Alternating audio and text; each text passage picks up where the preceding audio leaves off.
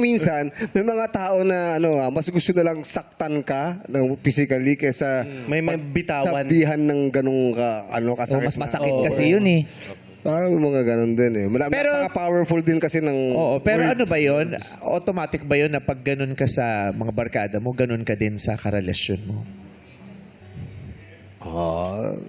Or hindi? Parang hindi. Parang hindi naman. Gabi, ikaw ba ganun ka? Sa karelasyon mo? Hindi po. Iba po ako pag sa ex ko po. Mas mabait po ako. And syempre, kinokontrol ko po yung sinasabi ko. Lalo na baka hindi niya kaya tanggapin. Kagaya po si Clark. Yung mga sinasabi ko po sa kanya, baka hindi po kaya tanggapin nung emotion po nung girlfriend ko. Kaya kaya mong magganon kay Clark kasi kakilala niyo na ng Naiintindihan ka ni Clark. Pero pag sino sasabi niyo kasi wala kang tatay, ikaw?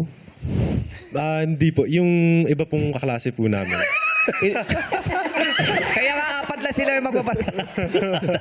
Apat lang. Grabing burn yun. So ilang classmate niyo bang walang tatay? Marami po. Pero hindi mo naman nasabihan yung mga girlfriend mo na masasamang.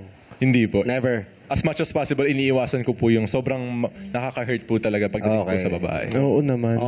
Kaya ako... Bakit? Hindi kasi kahit ako din, matalak ako sa iba, di ba? So, matalak ako. Pero pag kami niya, sweet girl lang ako. No? Hindi ako pwede Tama, tumatalak. tama. Baka makampas ako ng bisikleta. No? Kasi masyadong tumutok. Ano lang ako, sweet girl. Ami Perez Kulub, ano lang ako. Wow!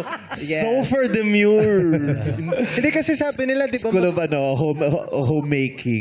Yes. Sabi nila magkakaiba yung mga phases mo towards yung ka-relation mo, your friends, Yes. your family. Iba yung level. Yes. Magkakaiba. oo. Iba ka sa bahay, Ah. iba ka sa tropa mo, iba ka sa girlfriend, iba sa school. Yeah. Yeah. Diba? Kasi may marami kang facets dahil iba-iba yung environment. Yun ang tinatawag na attitude.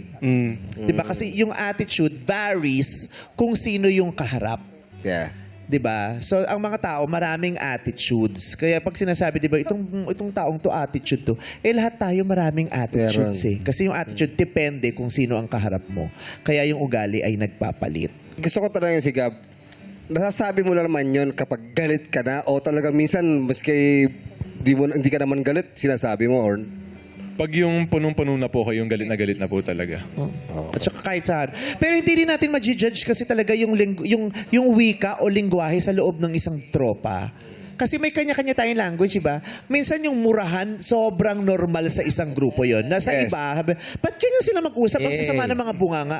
Pero normal sa kanila yun Yes, di ba? yes, yes. Yung iba naman, ang usapan, Bible verse. So, May iba- Bible iba verses. rin, yes. Pero yung isang grupo naman ng weird, ba't ganyan sila mag-usap? Puro Biblia ang pinag-uusapan. Oo. Depende sa grupo. Kasi katulad sa grupo namin mga bakla, ang bardagulan namin malala. Na sobrang normal. Na parang, bakit gano'n sila? Nagpapahiyaan sila. Hindi pahiyaan kasi ang tawag sa amin. No? Parang, yun nga, wika Lambingan nyo. ng aming pakikitungo sa isa't isa. And some people won't get it eh. Yes. Oo. Sa Some iba pe- parang bashable siya. Bashable. Bashable. Correct.